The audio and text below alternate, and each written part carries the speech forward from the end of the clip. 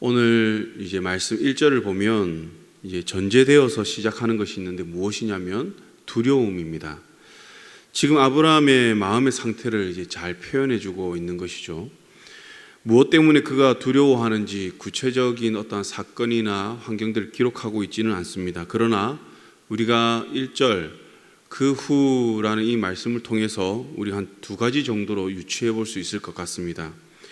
첫째는 연합군에 대한 그 보복의 두려움입니다. 아브라함이 사병을 데리고 가서 이제 연합군을 무찌르죠. 그리고 조카 롯을 구해옵니다. 아브라함에게는 개인 사병 318명이 있었습니다. 개인으로 보면 상당한 군사력이죠.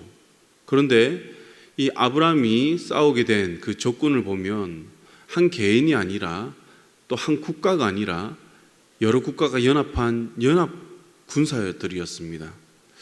사실 상식적으로 말이 안 되죠. 한 개인이 기르고 있는 318명과 연합군의 어떤 숫자는 이야기하지 않지만 최소한 이 숫자보다는 많겠죠. 그리고 그 연합군들이 각각 데리고 온 그 군사들의 그 군사력은 아마 한 개인보다는 당연히 이제 막강했을 것입니다. 하지만 그 결과가 어떻습니까? 하나님의 도우심으로 아브라함은 이기게 됩니다.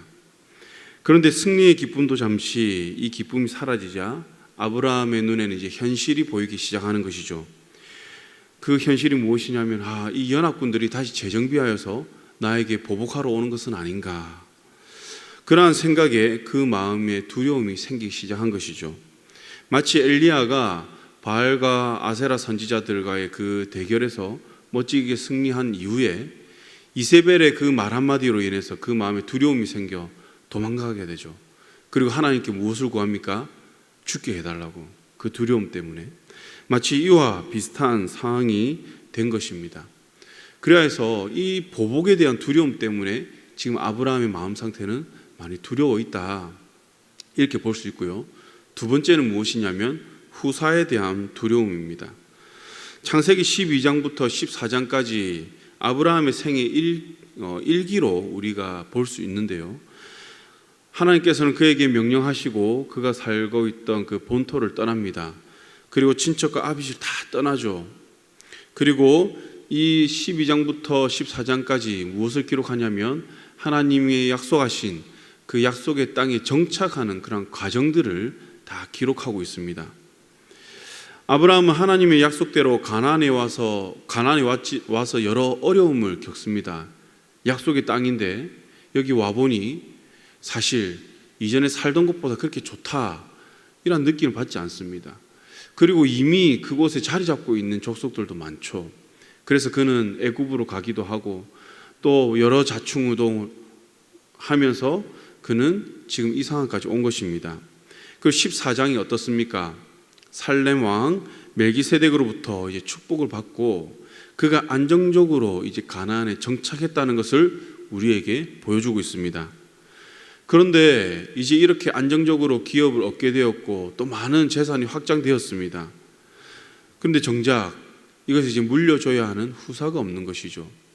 아브라함의 나이가 적지가 않습니다. 이제 후사에게 이것을 물려주고 다음 세대를 이제 기약해야 되는 그때가 되었는데 아직 그에게는 아무것도 없습니다.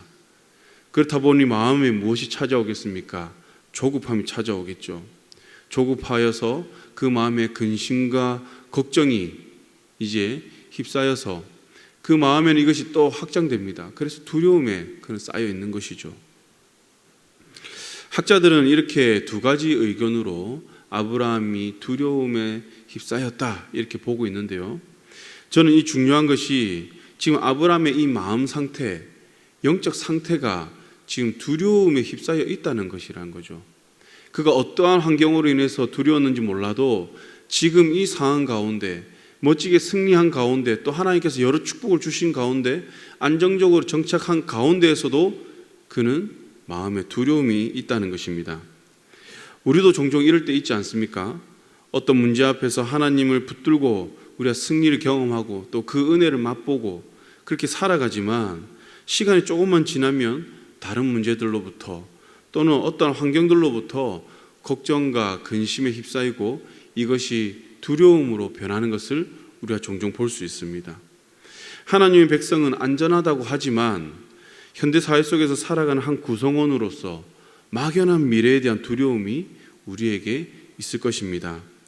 직장을 다녀도 어떻습니까? 요즘 평생 직장이란 개념이 많이 사라졌죠. 그래서 입사와 동시에 그 다음 스텝을 준비하는 또 제2의 인생을 준비해야 되는 그러한 사회 구조 속에서 우리는 미래에 대한 그런 두려움이 있죠. 또 재산이 있는 사람 그 재산 때문에 걱정과 두려움에 휩싸이기도 합니다. 그 자녀에 대한 걱정 우리 부모님들은 다 있으시죠. 그런데 이러한 모든 것이 하나님의 은혜를 경험하지 못해서 생겼느냐? 그게 아니라는 것입니다. 하나님을 알고 또 하나님을 믿고 그 은혜를 경험했지만 종종 두려움에 휩싸인다는 것이죠. 그러면 왜 우리는 이 두려움에 휩싸이게 될 것인가? 그것은요, 우리가 약속을 바라보는 그 눈이 점점 어두워지고 현재를 대하는 그 눈이 밝아졌기 때문이다. 우리가 이렇게 볼 수 있습니다. 지금 아브라함도 이와 같은 상황이죠. 하나님의 약속대로 가나안에 정착을 했습니다. 소유도 많아졌습니다. 그리고 이것을 그런데 이걸 물려줘야 될 후사가 없습니다. 그가 바라본 것은 이제 약속이 아니라 지금 현재라는 것이죠. 내 상황. 이제 보복에 대한 두려움도 그렇습니다. 그는 지금 정말 상식적으로 말도 안 되는 그 싸움을 이기게 하신 하나님을 보는 것이 아니라 이들이 다시 재정비해서 더 많은 군사로 나를 치러 오는 것은 아닌가. 그 현재의 문제에 그는 지금 사로잡혀 있다는 것이죠. 그런데 이처럼 두려움에 휩싸인 아브라함에게 하나님 찾아오셔서 무엇이라고 하냐면 나는 너의 방패다라고 말씀합니다. 저는 여기에서 중요한 표현이 나는이라는 이 표현인데요. 나는 누굽니까? 바로 하나님 자신을 뜻하는 것입니다. 하나님께서는 이 두려움에 휩싸여 있는 아브라함에게 누구 대리자를 보내고 또는 어떠한 환경을 만들어 주어서 방패로 만들 것이다가 아니라 내가 직접 너의 방패가 되겠다라고 이야기를 하는 것입니다. 그의 두려움이 연합군의 복수라면 하나님이 직접 다시 그와 싸우겠다. 너는 아무것도 안 해도 된다. 너는 직접 싸울 필요 없다. 내가 다 막을 것이다. 내가 대적들로부터 모든 공격을 막아주겠다. 그러니 너는 무엇을 해라. 나만 믿어라. 너는 나로 만족하라. 이렇게 하나님 말씀하는 것이죠. 이것이 너의 큰 상급이라고 말씀합니다. 후사에 대한 두려움이 있다면 하나님은 지금까지 보호하고 인도한 것을 깨닫게 하셔서 이 또한 반드시 내가 이룰 것이다. 이 약속 또한 내가 반드시 이룰 것이다 하면서 이후에 하늘을 바라보라 하죠. 이 많은 별들처럼 내가 너의 자손들을 이렇게 많게 하겠다라고 약속을 하십니다. 아무것도 없는 곳에서 가나안 땅을 주시고 정착하게 하심으로 기업에 대한 약속을 하셨듯이 하나님은 자손에 대한 약속 또한 다시 아브라함에게 상기시키는 것이죠. 그렇게 후사에 대한 두려움 또한 가지지 말고 요한복음 말씀처럼 믿음이 없는 자가 되지 말고 믿음으로 나아갈 것을 하나님께서는 아브라함에게 말씀하고 있습니다. 사랑하는 강연의 성도 여러분, 삶에서 여러분들 두렵게 하는 것이 무엇입니까? 하나님께서는 말씀하십니다. 그 두려움이 무엇이든 내가 직접 너의 방패가 될 것이고 이것이 너에게 큰 상급이니 두려워하지 말라. 다시 말하면 지금 내가 가지고 있는 이 두려움을 이기기 위해서는 무엇이 필요하다? 바로 나의 약속을 바라보는 그 믿음의 눈이 필요하다. 하나님은 그렇게 말씀하고 있습니다. 오늘 이 말씀이 여러분들에게 힘과 능력이 되기를 소망합니다.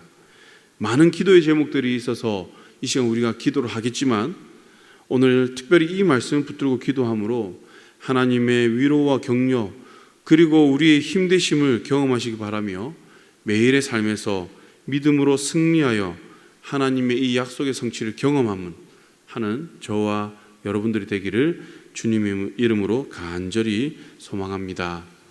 기도하겠습니다. 우리 함께 기도하실 때 먼저 말씀을 붙들고 기도합니다. 하나님, 나의 방패가 되신다는 그 주님의 약속을 굳게 붙들어 두려움이 아닌 믿음으로 이 세상을 이기게 하여 주시옵소서. 우리가 가정을 위해서 기도하실 때 자녀들에게 이 믿음이 전해지게 하시고 믿음의 약속들이 자녀들을 통해 이루어지게 하여 주시옵소서. 생업 가운데도 축복하여 주셔서 믿음으로 이 세상을 이기게 하여 주시옵소서. 나라와 민족을 위해 기도하겠습니다. 위정자들에게 지혜를 다하여 주시고 나라의 경제가 회복되게 하시고 그리스도인들이 깨어 이 나라를 주님의 말씀대로 잘 섬길 수 있도록 주여 은혜 다하여 주시옵소서. 함께 기도하겠습니다. 사랑 은혜 충만한 하나님 아버지, 오늘 주신 말씀 붙들고 나아갑니다. 주님, 나의 방패가 되신다고 하신 주님, 나의 힘이 되신다고 하신 주님, 지금까지 인도하신 그 주님께서 앞으로 나의 인생길 인도하신다는 그 주님, 주님의 약속 붙들고 나아갈 때에 우리 마음 가운데 있는 걱정과 근심이 사라지고 주님을 향한 아버지의 그 믿음이 더욱더 견고히 서게 하여 주시옵소서. 그래서 이 세상을 두려움이 아닌 믿음으로 아버지 이기게 하여 주시옵소서. 아버지, 우리 가정을 붙들어 주시옵소서. 가정 가운데 은혜 다하여 주시옵시고 여러 문제들 가운데서 아버지 우리가 주를 바라볼 때에 주님께서 약속하신 그 약속들이 이루어지게 하여 주시옵소서. 자녀들에게 이 믿음이 전해지게 하여 주시옵시고 우리 자녀들을 통해서 우리 가정이 믿음의 명문 가문으로 아버지 나아갈 수 있도록 붙들어 주시옵소서. 생업 가운데 축복하여 주시고 아버지 하나님 복의 복을 다하여 주시옵소서. 나라와 민족을 위해 기도합니다. 아버지, 아버지 하나님, 우리나라가 정치 경제 사회 모든 분야가 안정되게 하여 주시옵시고 위정자들에게 지혜를 다하여 주시사 아버지 하나님 주시는 그 지혜로 우리나라를 잘 다스리게 하여 주시옵소서. 특별히 그리스도인들을 깨어 이 나라를 위해 기도할 때에 주님께서 아버지 하나님 우리나라가 나아갈 방향을 주님께서 아버지 제시해 주시고 아버지 주님의 뜻대로 잘 나아갈 수 있도록 함께 하여 주시옵소서. 한국교회가 다시 아버지 하나님 회복하게 하여 주시옵시고 다시 영적인 부흥이 이루어지게 주님 붙들어 주시옵소서. 주님 함께 주시옵소서. 사랑 은혜가 충만한 하나님 아버지, 오늘 우리에게 주신 말씀 붙들고 나아갈 때에 우리 마음 가운데 걱정과 근심, 두려움이 아니라 확신과 또 주님이 주시는 그 믿음으로 더욱 견고히 서게 하여 주시옵소서. 그래서 이 세대를 능히 이기게 하시며 우리 가정이 오직 주님만 섬기는 아름다운 가정 되게 하시고 특별히 우리 이 나라가 주님을 바라보며 또 주님의 그 주권을 인정하며 나아갈 때에 정치, 경제, 사회 모든 분야가 안정되게 하시고 특별히 모든 국민들이 다시 주님 안에서 회복을 경험하는 그런 은혜가 있게 하여 주시옵소서. 감사드리며 예수님 이름으로 기도드렸습니다. 아멘.